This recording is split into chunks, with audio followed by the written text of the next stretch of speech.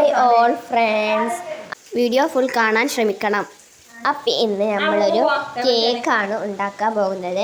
അതിന് വേണ്ടി 1.5 ഗ്ലാസ് മൈദ എടുക്കണം. അതൊന്ന് നന്നായിട്ട് അരിപ്പയിൽ അരിച്ചെടുക്കുക. 2 പ്രാവശ്യം അരിച്ചെടുക്കണം. ഇനി നമ്മൾ 3 മുട്ടയാണ് എടുക്കുന്നത്. അത് ഒരു മുട്ടേൻ്റെ വെള്ളം നമ്മൾ ഒരു പാത്രത്തിൽ മാറ്റി വെക്കുന്നുണ്ട്. അതൊരു ക്രീം ഉണ്ടാക്കാൻ വേണ്ടിയിട്ടാണ് നമ്മൾ മാറ്റി വെക്കണേ. ഇത് പഞ്ചസാര നമ്മൾ നല്ല പൊടിച്ചെടുത്തതാണ്. പിന്നെ ഈ മുട്ടയ്ക്ക് നുള്ളുപ്പും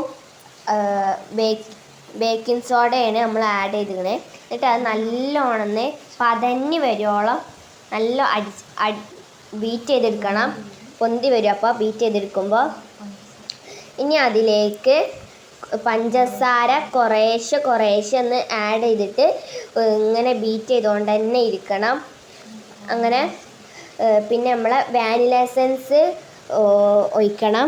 ഈ മുട്ടൻ്റെ ചൊയ ഒന്ന് മാറാൻ വേണ്ടിയിട്ടാണ് വാനില എസൻസ് ഒഴിക്കുന്നത്. ഇനി നമ്മൾ ഇതിലേക്ക് കുറച്ച് മൈദ ആഡ് ചെയ്തിട്ട് ഒന്ന് നന്നായിട്ട് മിക്സ് ചെയ്ത് നല്ല ഇളക്കി കൊടുക്കണം ഇതിൻ്റെ കൂടെ. അങ്ങനെ കുറച്ചീച്ച മൈദ ആഡ് ചെയ്യണം.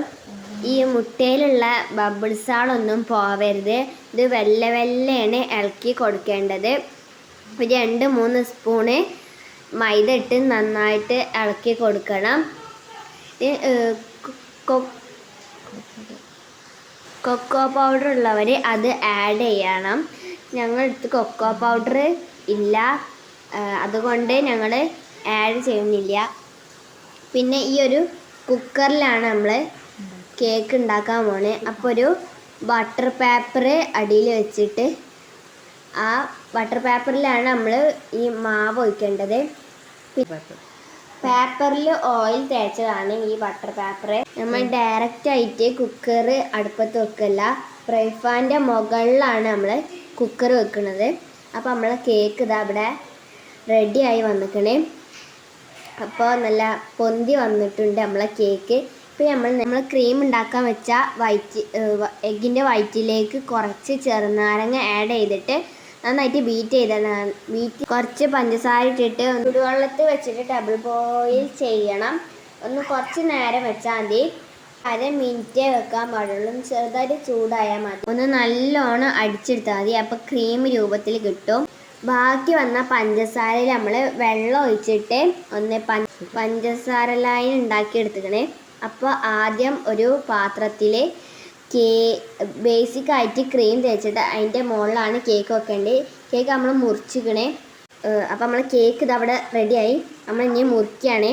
നല്ല അടിപൊളി കേക്കാണ്. നല്ല കേക്ക് 2 ലെയറൊക്കെ ആക്കിയിട്ടാണ് നമ്മൾ ചെയ്തിട്ടുള്ളത്. ഡെക്കറേഷന് ഡയറി മിൽക്കൊക്കെ മേലെ ഒഴിച്ചിട്ടുണ്ട്. സൈഡിൽ നമ്മൾ ജീരകമുട്ടായാണ് വിതറി കൊടുത്തത്. അപ്പോൾ ഉള്ളതുകൊണ്ട് നമ്മൾ ഉണ്ടാക്കിയൊരു കുഞ്ഞു കേക്കാണിത്. അപ്പോൾ നമുക്ക് സർപ്രൈസായിട്ട് ഗിഫ്റ്റൊക്കെ കിട്ടിയിട്ടുണ്ട്. അപ്പോൾ നമ്മൾ 2 ഗിഫ്റ്റാണ് നമുക്ക് കിട്ടിയിട്ടുള്ളത്. അപ്പോൾ നമുക്കൊന്ന് അൺബോക്സിങ് ചെയ്ത് നോക്കാം. അപ്പോൾ നമ്മൾ ഫസ്റ്റ് ഗിഫ്റ്റ് അൺബോക്സിങ് ചെയ്യാൻ പോവുകയാണ്. അപ്പോൾ ഫസ്റ്റ് വലിയ ഗിഫ്റ്റാണ് നമ്മൾ അൺബോക്സിങ് ചെയ്യുന്നത്. ഇതിൽ എന്താണെന്ന് വിചാരിച്ച് നമ്മൾ ആകാംക്ഷയോടെ അൺബോക്സിങ് ചെയ്യാൻ പോവുകയാണ്. ഇതിൽ ഞാൻ വിചാരിച്ച് ഇന്ന് എനിക്ക് ഒന്നും ഉണ്ടാവില്ല എന്നാണ് വിചാരിച്ചത്. അപ്പോൾ നമ്മൾ ഗിഫ്റ്റ് ഇതാ തുറന്നിക്കണേ. ഇനി തുറക്കുകയാണ്. അപ്പോൾ ഇതാ നമ്മൾ ഗിഫ്റ്റ് തുറന്നു. ഫസ്റ്റ് തുറന്നപ്പോൾ തന്നെ ഒരു ബാഗാണ് നമുക്ക് കിട്ടിയിരിക്കുന്നത്. പിന്നെ ഒരു ക്യൂട്ട് ബാഗും ഒരു കുഞ്ഞി ഡയറിയുമാണ് നമുക്കിവിടെ കിട്ടിയിരിക്കുന്നത്. അപ്പോൾ അടുത്തത് നമുക്ക് ഗിഫ്റ്റ് കിട്ടിയത് ഒരു കിറ്റ്കാറ്റിൻ്റെ ബോക്സാണ്.